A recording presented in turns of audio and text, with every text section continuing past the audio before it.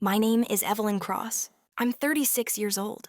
And up until last year, I believed that loyalty was my greatest strength. Now I know it was my greatest weakness. Because loyalty to the wrong people will cost you your peace, your purpose, your pride, and sometimes your name. You ever sit in a room full of family and realize you're the only stranger there? That was me. Thanksgiving. The smell of rosemary turkey floating through the house. Candied yams, apple pie, and tension thick enough to slice.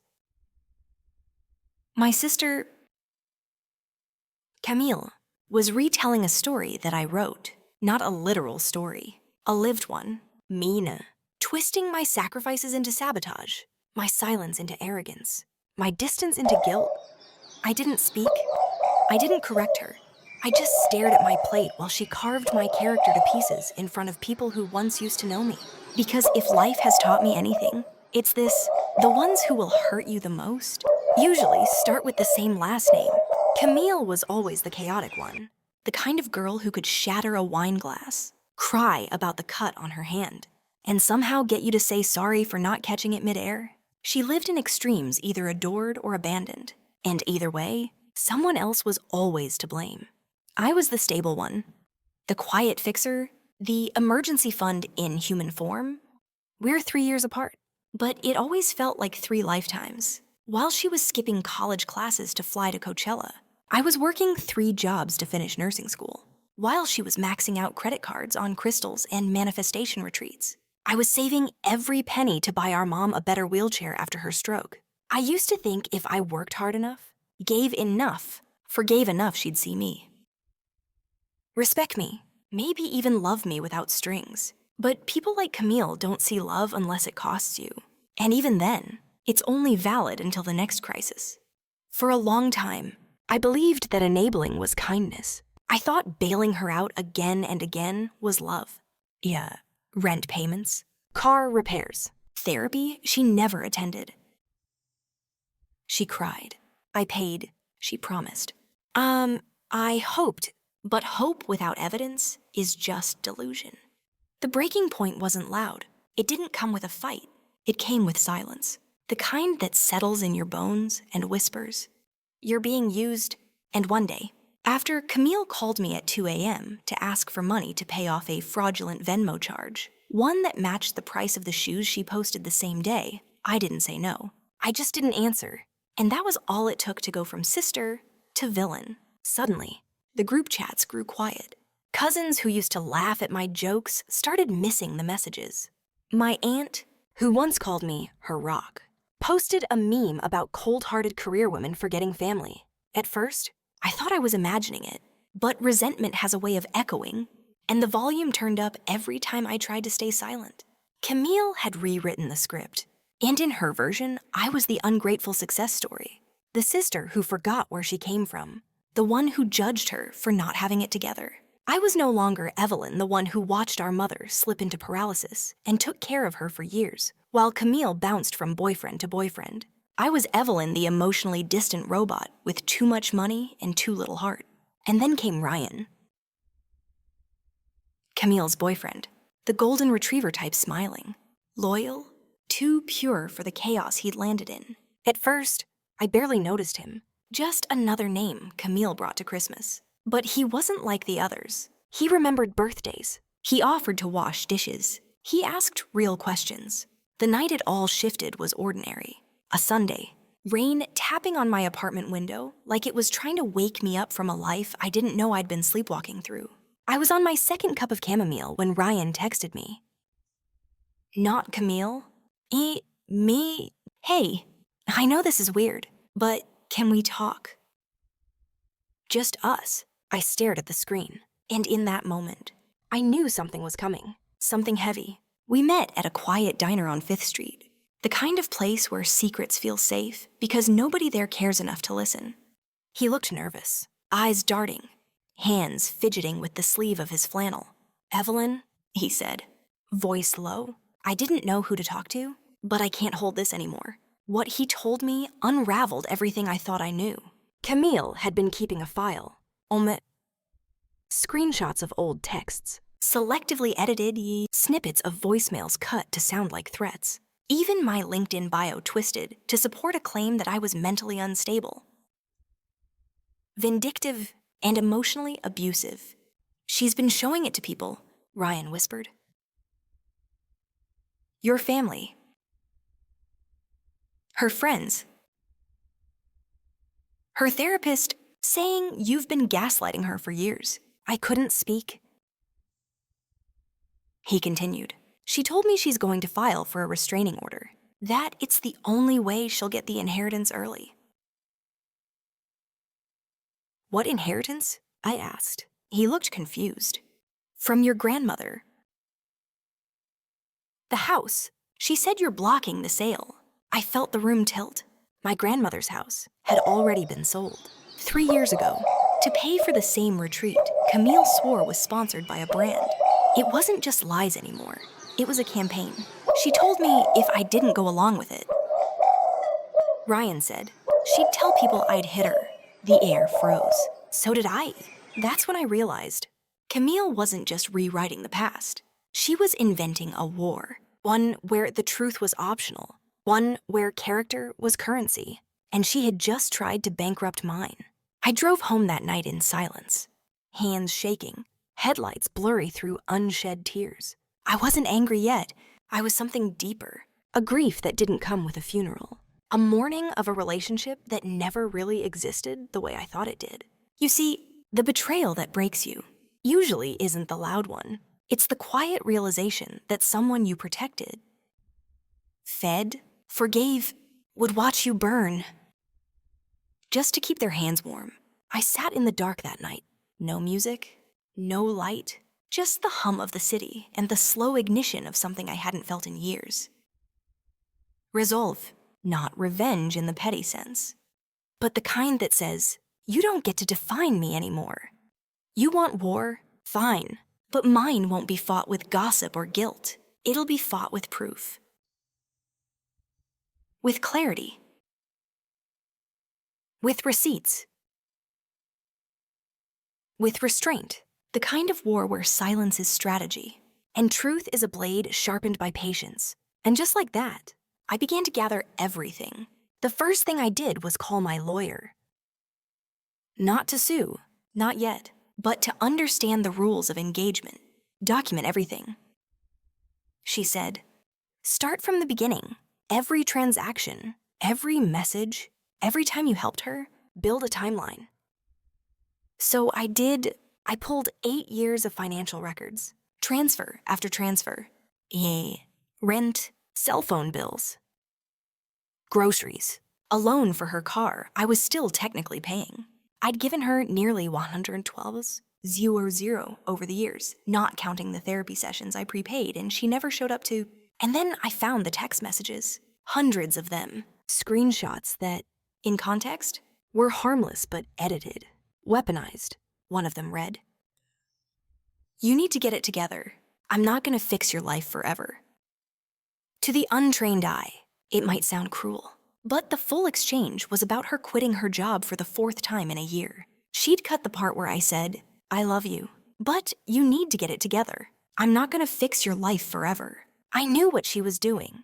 Camille wasn't trying to win an argument. She was trying to win sympathy. And in the age of curated narratives, she was building a damning case. But what she didn't count on was someone like Ryan switching sides, and someone like me finally refusing to stay quiet.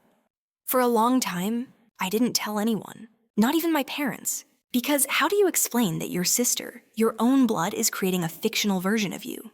And everyone prefers it. But silence is a slow rot, and eventually, it starts to hollow you out from the inside. So I started talking first to my cousin Mara, who had stopped responding to my messages months ago. We met at a coffee shop. Neutral ground. She showed up guarded. Polite, but the moment I laid the file on the table, a slim manila folder with evidence inside her demeanor shifted. I don't want to take sides, she said quickly. I'm not asking you to, I said. I'm asking you to see the truth. She opened it. The bank transfers. The timestamps. The edited messages next to the originals. The receipt from the house sale Camille said I blocked. And finally, the note from Ryan, a signed affidavit, a man tired of being a pawn in someone else's game. Mara read in silence, and then she whispered, "She told us you were dangerous." I nodded, "And you believed her. I wanted to," she admitted, tears welling, "because she was so convincing, so broken, and you were always strong. Funny how people confuse composure with cruelty. She said you were having a breakdown," Mara added, her voice cracking, "that you'd been lashing out, that you threatened to ruin her life." I let the silence sit, not as punishment, but as proof. Sometimes the quiet says everything. That day marked a shift. The tide didn't turn overnight, but it started. Mara told our aunt, who told our uncle, and suddenly, I wasn't the villain in whispers anymore. I was a question mark, and that was progress. Camille caught wind quickly. The calls started again. Blocked numbers, private voicemails. "You're ruining everything," she said on one. "Why do you always have to be the hero?" But I wasn't trying to be the hero. I just stopped playing the fool. She posted a story on Instagram. A photo of her tear-streaked face with the caption, "It hurts the most when family stabs you in the back." But the comments weren't what she expected. Not anymore. "Didn't your sister pay for your apartment for 2 years? I thought you said Evelyn was unstable. Why is she the only one with receipts? Maybe stop crying and start taking responsibility." The curtain was pulling back, and Camille was unraveling. She showed up to my building one night, unannounced, uninvited, buzzed the intercom at 1:47 a.m. I didn't answer. I watched from the peephole as she sat on the floor, sobbing into her sleeves, camera phone glinting in the moonlight. Even her breakdowns were content. The next morning, she posted a photo of herself on that doorstep.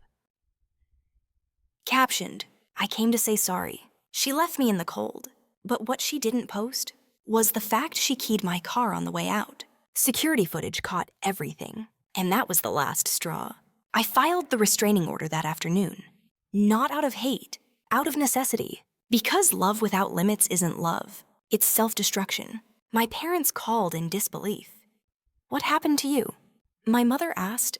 "This isn't the Evelyn we raised." "No," I replied. "This is the Evelyn you raised, finally standing up for herself." My father was quieter. He never knew how to deal with emotions, especially between women. But he said something I'll never forget. "I'm proud of you." "Hey," he murmured. "I just wish it didn't have to come to this. I wish that too." But sometimes peace only comes after the explosion. The weeks that followed were brutal. The smear campaign slowed, but the emotional toll didn't. I had to explain to clients why my name was being slandered online. I had to sit through therapy and unpack wounds I never acknowledged, because I was too busy managing someone else's life. But I also started to heal. For the first time, I wasn't fixing someone. I was fixing me. Ryan messaged again. "She's gone." He wrote, "Moved out, vanished, left a note saying she needs to find herself." I didn't respond. I didn't need to, because this wasn't about Camille anymore. It never really was. It was about the version of me I abandoned to keep the peace. The girl who swallowed every insult, who paid every debt, who stayed quiet so others wouldn't feel small. She's gone too, but in her place stands a woman who doesn't beg to be understood, who doesn't flinch at guilt, who tells the truth with calm precision. I am not the villain in Camille's story, and I'm no longer the ghost in my own. I built my life back, one quiet boundary at a time. I started sleeping. Real sleep, the kind where your body isn't bracing for a text. I lit candles at night not to calm anxiety, but to celebrate peace, and slowly. Joy returned. Not the loud kind, but the quiet joy of self-respect. The satisfaction of walking past a mirror and saying, "You didn't let them break you?" I saw a quote once, "Your greatest revenge is not screaming, it's surviving." But I'd rewrite that. My greatest revenge was thriving, not to prove her wrong, but to prove myself right. Spring came slowly that year. Not the weather, the energy. Like the air itself was trying to decide whether it wanted to bloom or break. And I understood it, because I wasn't angry anymore. I wasn't hurt. I was numb. And then Underneath the numbness came stillness. For the first time in my adult life, I wasn't cleaning up after someone else's chaos. I wasn't covering bills I didn't create. I wasn't defending a story someone else distorted. I was just being, and in that stillness, something miraculous happened. I began to remember who I was before I made helping my identity. I started painting again badly. I hiked at dawn without sharing it on social media. I spent a whole Sunday in silence, just drinking tea and journaling about things that had nothing to do with Camille. Freedom is quiet at first, but once it finds its rhythm, it sings. And then came the letter, handwritten, no return address, 3 pages, folded twice. It was from Camille. The handwriting was unmistakable. Looped R's, dotted hearts on every I. Childish, yea, familiar, manipulative. I sat with it for a whole day before opening it. And when I did, I didn't cry. I didn't rage. I didn't shake. I just read it with the stillness of someone who no longer needs the apology. Evelyn, I know you probably hate me. I would, if I were you. I've been thinking a lot since I left. I've been in therapy, not the fake kind I used to lie about. Real therapy, the kind that forces you to look at the parts of yourself you wish weren't there. I lied. A lot. I twisted things. I made you into the enemy because it was easier than facing my own failure. I convinced myself that if you looked bad, maybe I wouldn't feel so small. But the truth is, I envied you. Not your success, not your bank account. Your spine. The way you carried yourself, the way people respected you, the way you could say no and still sleep at night. I wanted to be you. But I didn't want to do the work. So I tried to destroy the version of you I couldn't become. And in doing that, I don't expect forgiveness. I don't deserve it, but I needed to say it. For once, without cameras, without an audience. Just you and me. Thank you for not answering the door that night. Thank you for filing the order.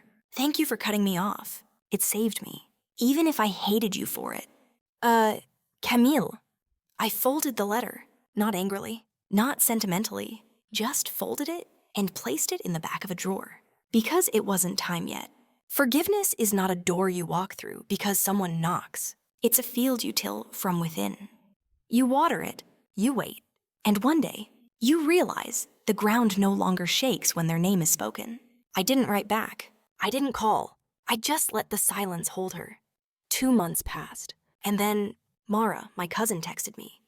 She's been volunteering twice a week, kids' shelter on 9th. Quiet about it. Just thought you should know. Another crack in the old Camille. Then another. Jessica, our youngest cousin, told me Camille returned the money she borrowed 2 years ago, in full. With interest. I didn't believe it until I saw the Venmo screenshot. And then came the email. From a nonprofit, a startup for women recovering from financial abuse. They were launching a new program. Rebuilding from rock bottom. Camille had submitted my name as the person who inspired it. That night, I cried. The real kind. The kind where your body releases everything it stored to survive. Because redemption isn't about making it right. It's about finally telling the truth and sitting in it without defense. Camille wasn't trying to win anymore. She wasn't hiding behind shame or performance. She was finally facing herself. I saw her again 3 months later. Not by plan. Not by accident either. We met at the graveyard. It was the anniversary of our grandmother's passing. Camille was standing by the headstone when I arrived, hair pulled back. Hoodie too big. No makeup. She looked smaller, not physically, spiritually. But lighter, too. She turned, and for the first time in years, didn't look away. Hey, she said. Hey, I replied. We stood in silence, not awkward. Not strained, just aware of everything unsaid. After a moment, she reached into her bag and handed me something. A photo. Us, age 9 and 6, covered in cake. Laughing, I thought I ruined everything, she whispered. You did. I said, but that doesn't mean it can't be rebuilt. She nodded, not with hope, not with expectation, just acceptance. The graveyard wind carried the past like a whisper through the trees. We stayed for an hour. Didn't rehash. Didn't debate. Just stood. Sisters, not healed.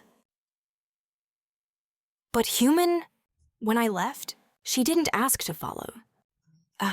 She just said, "Thank you for surviving me." I paused, then replied, "Thank you for finally surviving yourself." Some people come into your life to teach you what love looks like, others to show you what love is not, and a rare few teach you both. Camille was my mirror. My burden, my blood, and maybe someday my friend again. But for now, I hold boundaries like breath, gently, firmly, necessarily. Because peace is not the absence of pain. It's the presence of integrity, and I would rather have a small circle of truth than a loud one full of lies. My story didn't end with revenge. It ended with release. Not hers. Mina. And I've never stood taller. I think every strong woman has that moment. That quiet, defining second where the world is still, and she finally understands. No one is coming to save her. Not the parents who still call your manipulator confused. Not the friends who grew uncomfortable when your boundaries stopped sounding like kindness. Not even time. Time doesn't heal. It reveals, and what it revealed to me was that I had built a fortress out of silence. A home out of self-abandonment. A reputation that looked like strength but felt like captivity. And I was done. You see, it's not the betrayal that breaks you. It's the moment you realize your silence helped it happen. That your understanding gave someone permission to treat you like a stepping stone, while they painted themselves as the fallen hero. Camille's letter wasn't a fix. It was a fracture. Yes, but it was honest, and that was new. But I wasn't ready to hand her the narrative again. Not until I rebuilt mine. So I began doing the work. Not the loud kind, not the revenge body.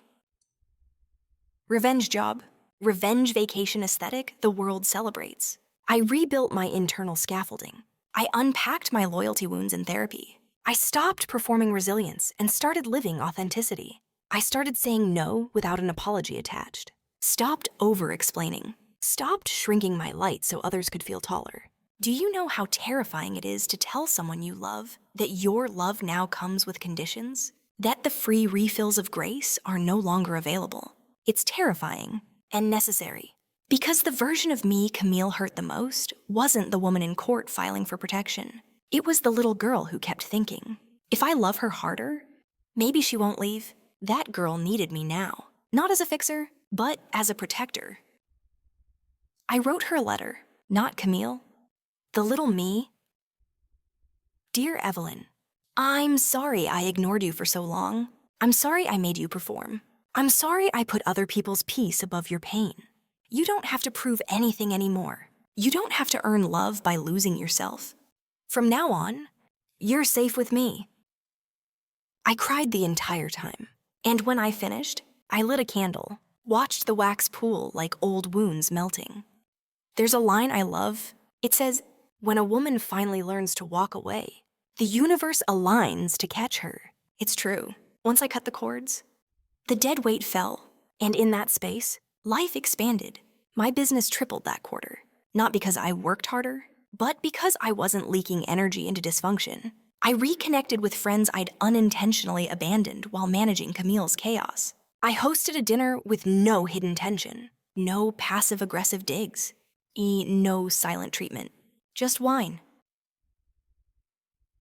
Real laughter, and peace that didn't come with a price tag. People noticed, you look lighter. One colleague said, I feel like myself for the first time. I replied.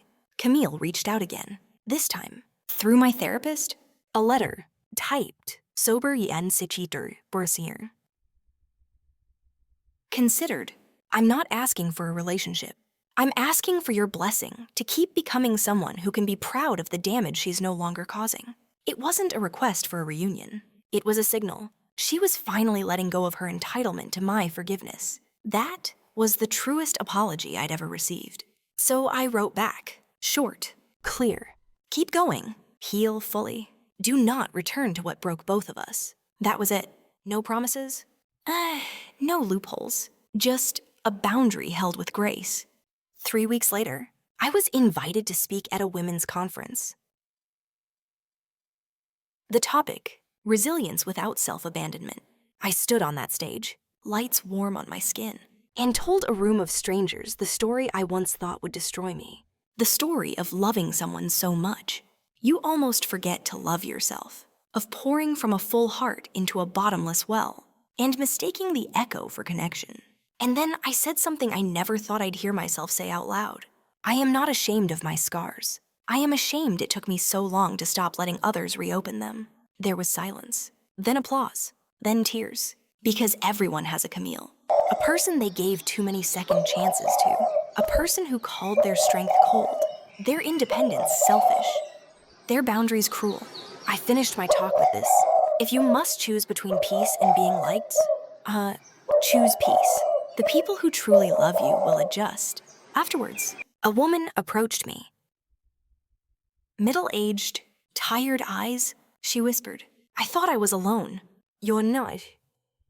You're not. None of us are. We're just quiet. Because the world tells us it's kinder to be exploited than to disappoint. But not anymore. Not here. Not in this voice. Camille may have made me the enemy, but I became the architect of my peace, of my dignity, of the story I now tell, not to shame her, but to honor the version of me who didn't know she was allowed to choose herself. The reckoning wasn't revenge. It was revelation. And in that revelation, I found power, not the kind that controls, but the kind that frees. The irony is, it wasn't the courtroom that changed me. It wasn't the interventions or the letters or the therapy sessions. It was the quiet, the sacred space between letting go of who I used to be and meeting the woman I was finally becoming. There's something holy about healing in private. When the spotlight turns off, and all that's left is your breath, your memories, and your name. And my name, Evelyn Cross, meant something again. Not just to the world, ears, but to me. I stopped reacting to rumors, stopped feeding the fire with explanations. Because some people aren't confused, they're committed to misunderstanding you. And every time you defend yourself to them, you hand them more ammunition. So I reclaimed my silence.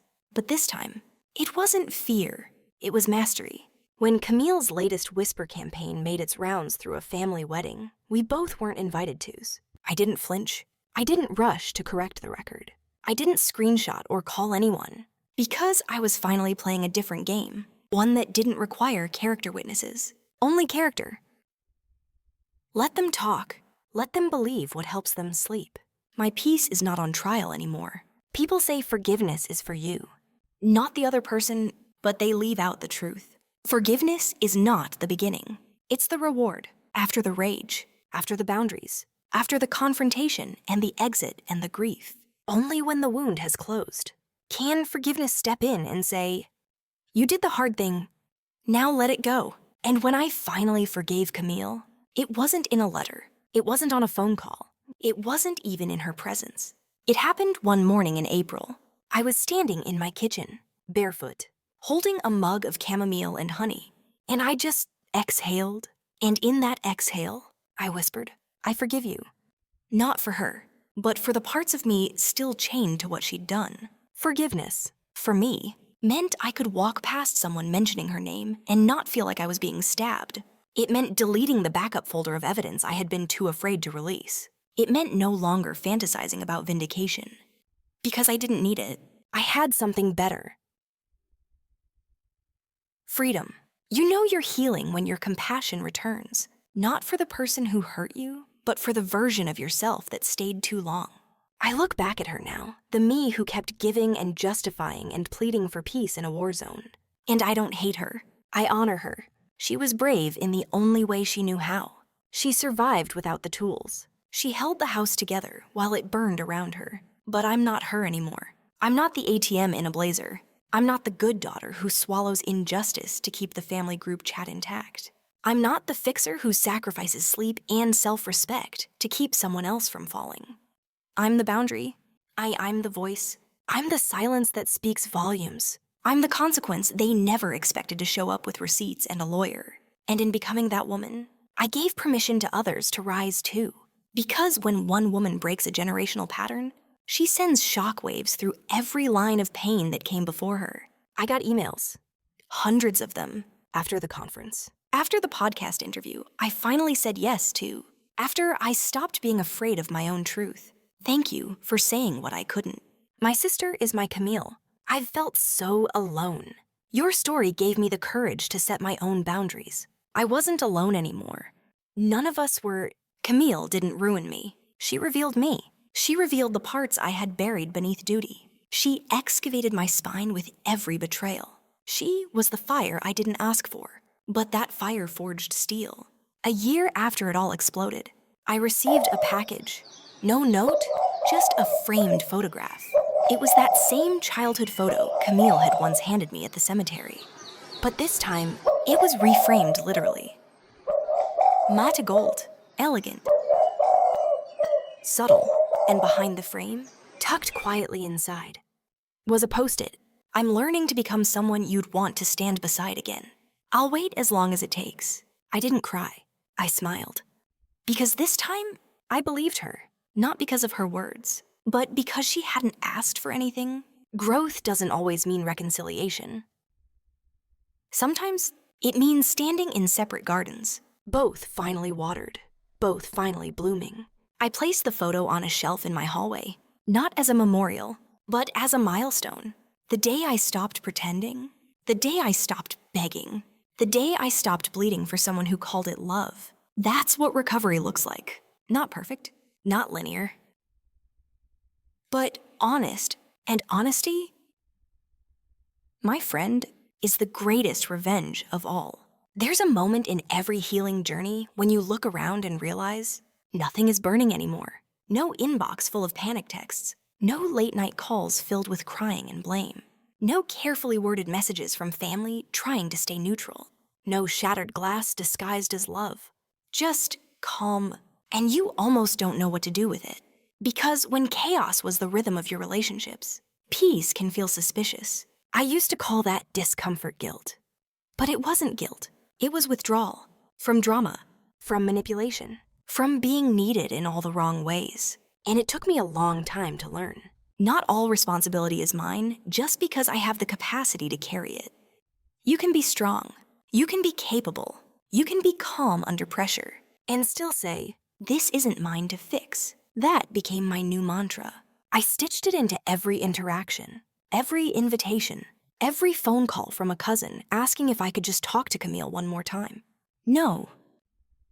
I couldn't, because healing means letting people do their own repairs. Even if you once held the blueprints, even if you once paid for the lumber, even if you love them, especially then. Because love without accountability is just tolerance dressed up in sentiment. I remember the first time I saw Camille again after everything. Not planned. A coffee shop. I walked in, and there she was 2 tables over. Head buried in a notebook. For a split second, I froze. Not from fear, from memory.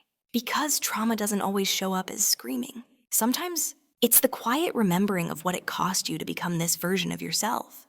She looked up. Our eyes met. And for the first time in a decade, she didn't perform. No tears, no apology, no act. Just a nod, a smile, a moment, and that moment was enough. I walked to the counter, ordered my drink, sat down. She didn't come over, she didn't text me later, she didn't send another letter. She respected the space. That was new. And that small act of restraint spoke louder than any monologue. Because maturity is measured in what you no longer say, I don't know if we'll ever be close again. And that's okay. Not every bond can be restored. Some are meant to be reshaped, not rebuilt.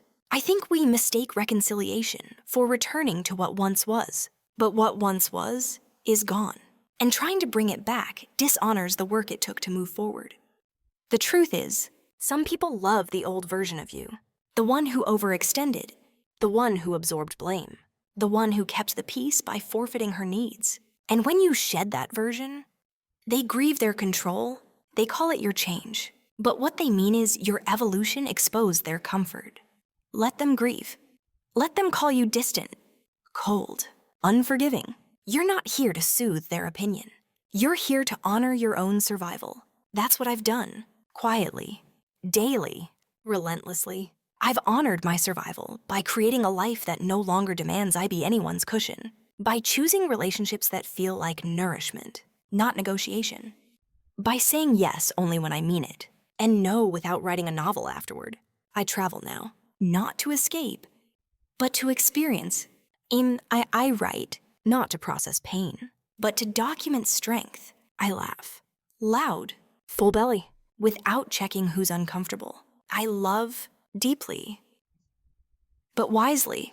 And I've made peace with the fact that some stories don't have fairy tale endings, just honest ones. Camille is still somewhere out there, writing her own version of this story. I hope she's writing it truthfully, but that's not my job to monitor. Closure isn't a conversation, it's a decision, and I've made mine. To let the past stay closed, to stop dragging old dynamics into new seasons, to live like I deserve the peace I fought for, because I do, and so do you. If you're listening to this, and you've been made the villain in someone else's survival story, hold your head high, not because you're flawless, not because you were perfect, but because you did what was necessary when it would have been easier to crumble. You chose yourself. You chose the truth. You chose peace over approval. That's not weakness. That's revolution. And if they ever tell the story differently, let them. Your integrity doesn't need a PR team. Let them paint you cold. Let them call you calculated. You know the warmth it took to walk away. You know the shaking hands that filed that order. The sleepless nights. The isolation. The whispers. The grieving of the sisterhood you desperately tried to salvage. Let them think what they want. You're not here to edit their version. You're here to live yours. Fully. Freely. Finally. Sometimes I still walk past the restaurant where we had our last family dinner. The one where she toasted to new beginnings while secretly plotting to end mine. The one where I paid the bill and the price. And I wonder, not with bitterness anymore, but with that quiet, sacred curiosity that comes with healing. Would she recognize me now? Not the woman she slandered, not the sister she tried to replace with a story, but the woman I became because of her betrayal. Because here's the truth, no one wants to admit about pain.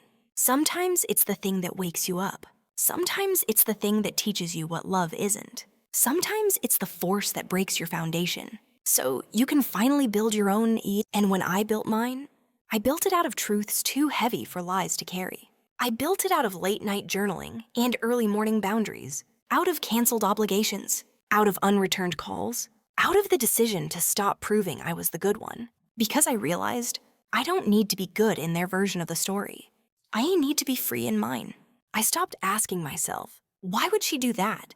And started asking, why did I keep letting her? That question changed everything. Because Camille wasn't the only one performing. I had been too. Performing as the responsible one, the unshakable one, the one who always showed up, paid up, shut up. But underneath all that composure was a woman terrified of being misunderstood. And so I made myself smaller, more palatable, more useful. And in doing so, I handed her the match and stood there while she lit it, but not anymore. I no longer accept invitations to arguments disguised as concern. I no longer entertain guilt from people who confuse boundaries with betrayal. I no longer believe that being family means being a doormat in a dress. Family isn't defined by blood. It's defined by respect, by safety, by reciprocity, by the absence of dread before a phone call. And that standard is now my default. Camille and I speak rarely. Polite. Cordial. Distant. And that distance, it's not a failure. It's a fence, a boundary wrapped in grace. Because some relationships don't need to be repaired. They just need to be released. She once said I abandoned her. But the truth is, I finally stopped abandoning myself. I gave myself the things I kept giving to her. patience, compassion, second chances, a safe place to land. And when I stopped trying to be her hero, I became mine. My life now, it's not perfect, but it's peaceful. And peace is the wealth I spent a lifetime earning. I still run my business. It's thriving. But now, I leave the office on time. I travel alone and with friends. I don't text back out of guilt. I don't say yes when I mean maybe, and I don't explain my boundaries to people who've proven they'll trample them. I protect my space like a sacred garden. Only those who water me get to stay. And in that garden, I've grown more than I ever did in the shade of dysfunction. I've grown bold, unafraid of being the villain in someone else's redemption arc, unafraid of walking away mid-scene if the story no longer honors my character, unafraid to live loud. Love smart, and leave early if the energy shifts. Because here's the final lesson Camille taught me. The people who fear your boundaries the most are the ones who benefited most from your lack of them. And when you finally say enough, you don't just end a cycle, you create a legacy. One of courage, of truth, of sovereignty. Camille once made me the enemy. She twisted my silence into guilt, my protection into cruelty, my independence into betrayal. But I rewrote that narrative, not with words. With action. With consistency. With the calm that comes when you stop trying to be understood and start being whole. And if you're listening to this, feeling the weight of someone else's lies, drowning in the stories that were told about you without you. Hear me now? You do not owe anyone access to you just because they share your last name. You do not have to explain your piece. You do not have to play a part in a drama you never auditioned for. You get to choose who you are, what you allow, how your story ends. Let them think you're heartless. Let them say you're cold. They have no idea how warm it feels to finally stand in the sun. This is your permission to walk away, to stay silent, to rebuild without announcing it, to forgive without reconnecting, to love them from a distance and love yourself up close. Because the real revenge, it's not rage, it's not retaliation. It's a life so full of alignment. You don't even flinch when their name is mentioned. You just smile. Breathe deep and keep walking. Free